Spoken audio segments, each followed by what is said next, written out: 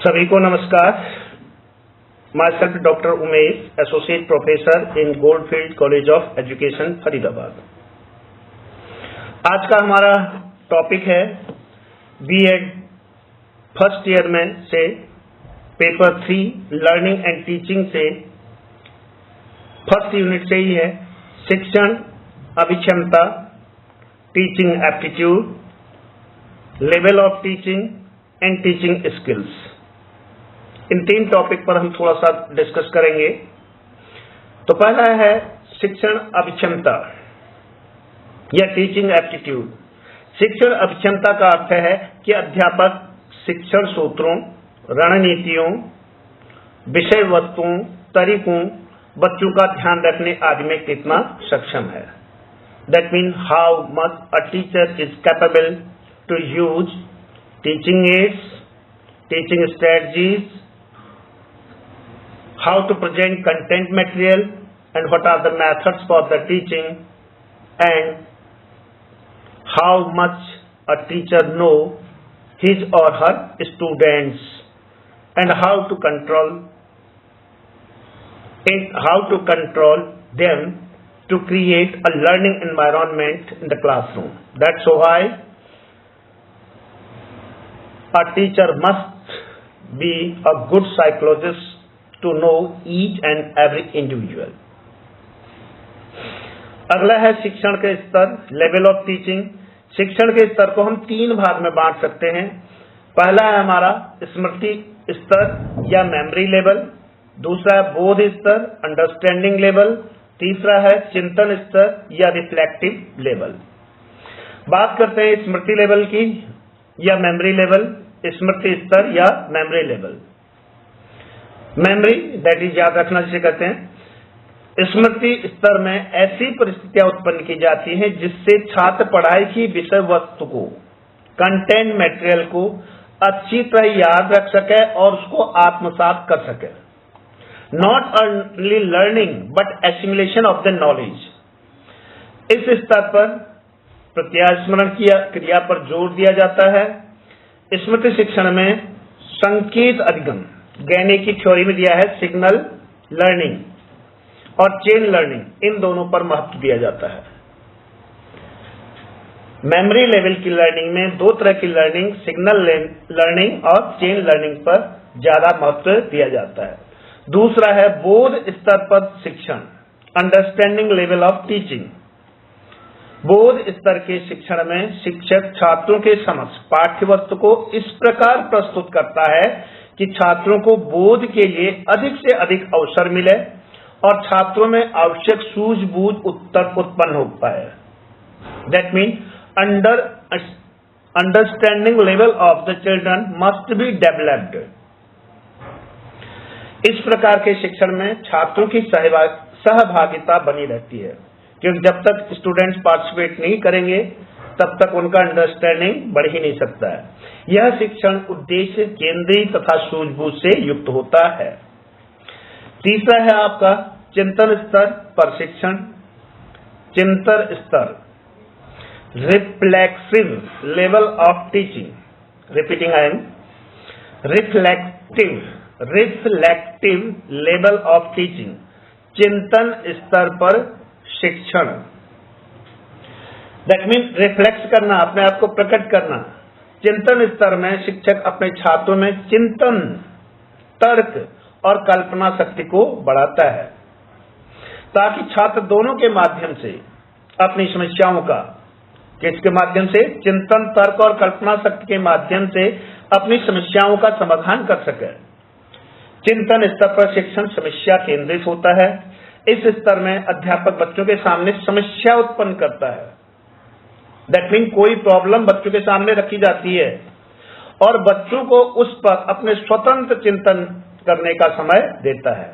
इस स्तर में बच्चों में आलोचनात्मक तथा मौलिक चिंतन उत्पन्न होता है।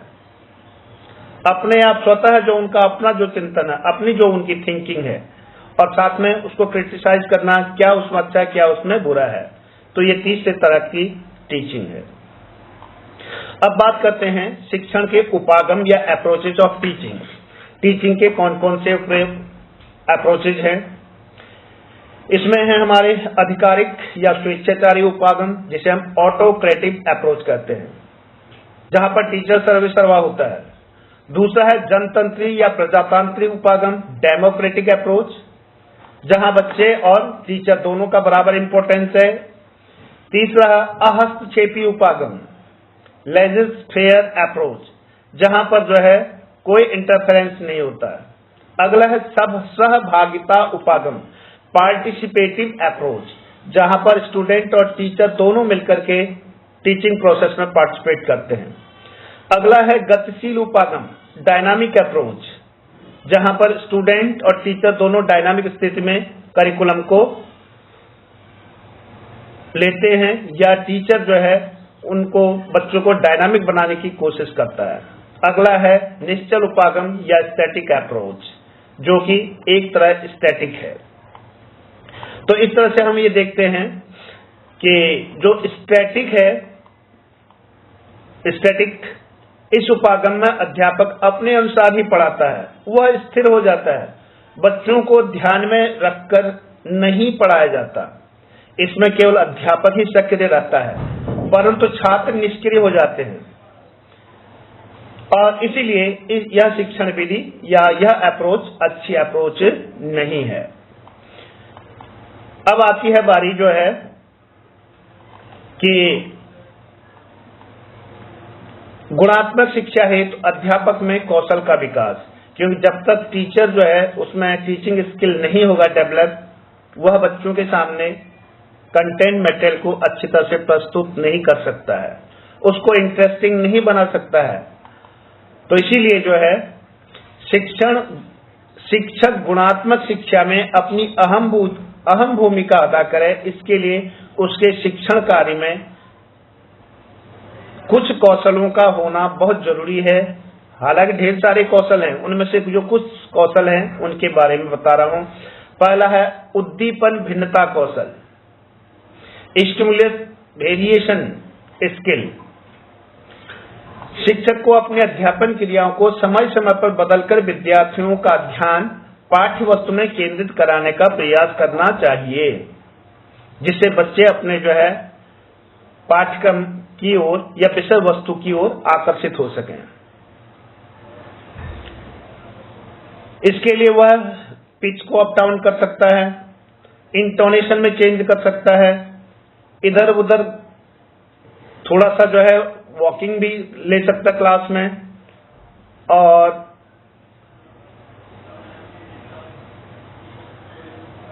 बच्चों की ओर ध्यान से देखना, सभी से प्रश्न पूछना, जेस्चर, हाव भाव, ये सब इसके अंतर्गत आएंगे।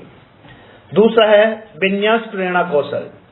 शिक्षक को पाठ की प्रकृति के आधार पर अभिविन्यास कौशल का विकास कर बच्चों का ध्यान पाठ्य वस्तु की तरफ केंद्रित करना चाहिए। समीपता कौशल। शिक्षक को पाठ्य वस्तु का संक्षेपीकरण करके विद्यार्थियों का ध्यान विषय वस्तु की ओर आकर्षित कर स्व अध्ययन के प्रति प्रेरित करना चाहिए। मौन व अशाब्दिक अंतः प्रक्रिया कौशल।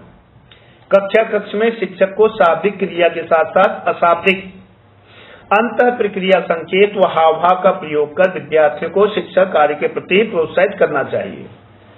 पुनर्बलन कौशल, रीइंफोर्समेंट स्किल।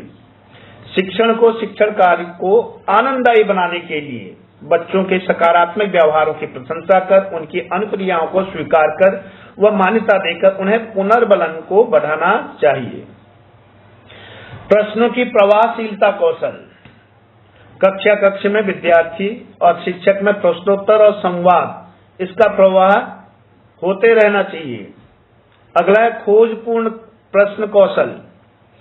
कक्षा शिक्षण में कई बार शिक्षक के द्वारा पूछे गए प्रश्नों का उत्तर विद्यार्थी नहीं दे पाते हैं, उस समय शिक्षक को प्रश्न के सहायक प्रश्नोत्तर करने चाहिए, जिससे विद्यार्थी को उनसे मूल प्रश्न का उत्तर खोजने में सहायता मिल सके।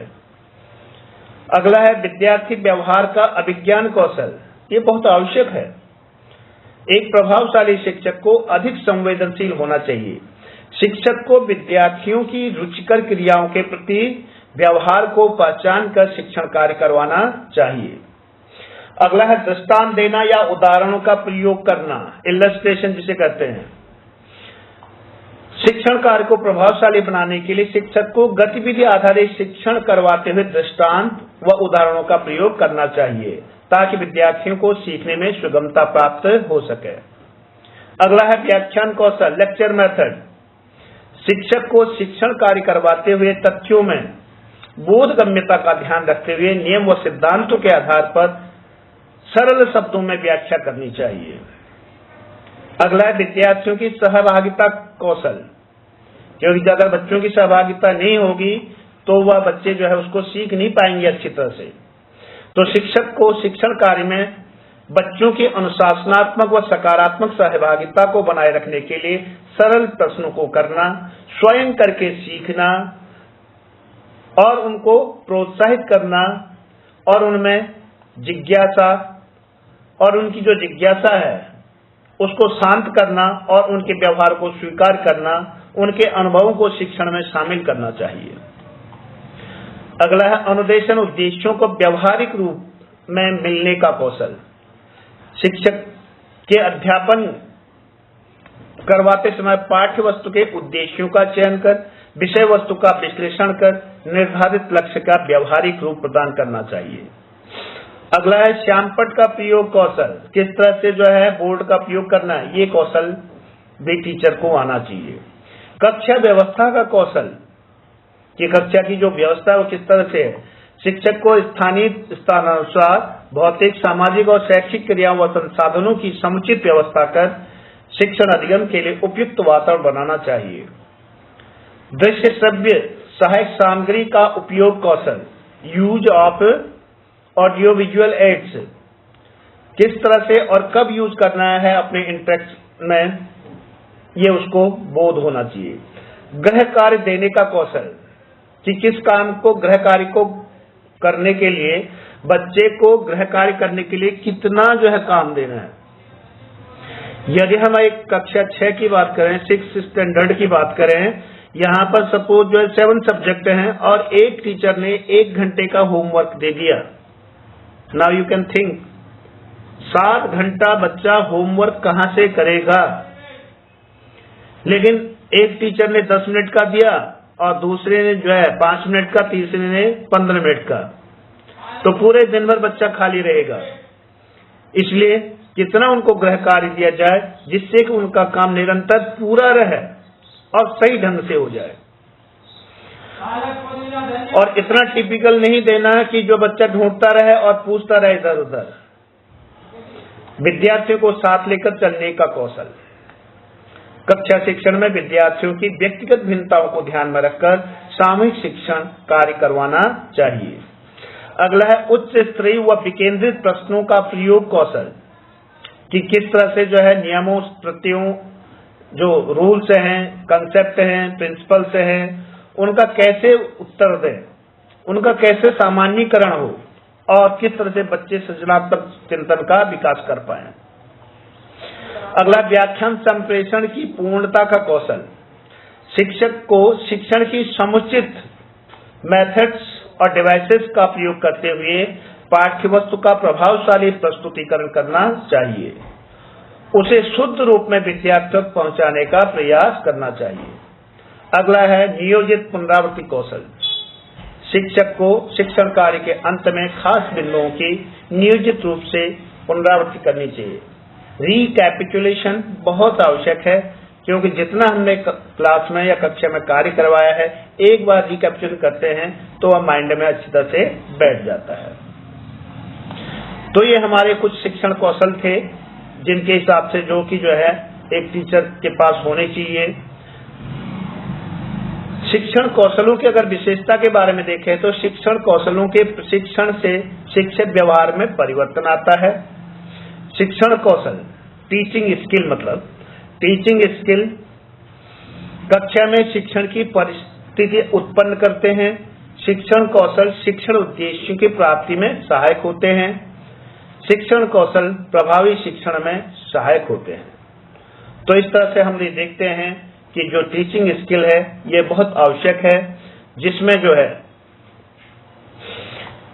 एक टीचर जो है कैसे प्रश्न पूछना है, कैसे जो अपने कंटेंट मैटर की व्याख्या करनी है, कैसे बच्चों के सामने उसको प्रेजेंट करना है, यह वर्बल है या नॉन वर्बल है, कहीं मौन संप्रेषण तो नहीं है, और पुनर्बल रीइंफोर्समेंट का यूज कैसे कर रहे हैं, क्या बच्चे इंटरेक्शन में भाग ले रहे हैं, क्या बोर्ड का उपयोग हो रहा है, और पाठ के अंत होने पर, खत्म होने पर क्या हम उनको खत्म होने पर क्या हम टीचर जो है रिकैप्चुलेशन कर रहा है और होम असाइनमेंट दे रहा है। तो इस तरह से कुछ जो है जो कुछ मुख्य जो है शिक्षण कौशल या टीचिंग स्किल्स हैं। प्रस्तावना कौशल, स्किल ऑफ इंट्रोडक्शन, प्रश्न सहजता कौशल, स्किल ऑफ क्वेश्चनिंग। अगला है खोजपूर्ण प्रश्न कौशल, स्किल ऑफ प्रॉबिंग क्वेश्चन, प्रदर्शन कौशल, स्किल ऑफ डेमोन्स्ट्रेशन, व्याख्या कौशल, स्किल ऑफ एक्सप्लेनेशन, प्रबलन कौशल, स्किल ऑफ रीइंफोर्समेंट और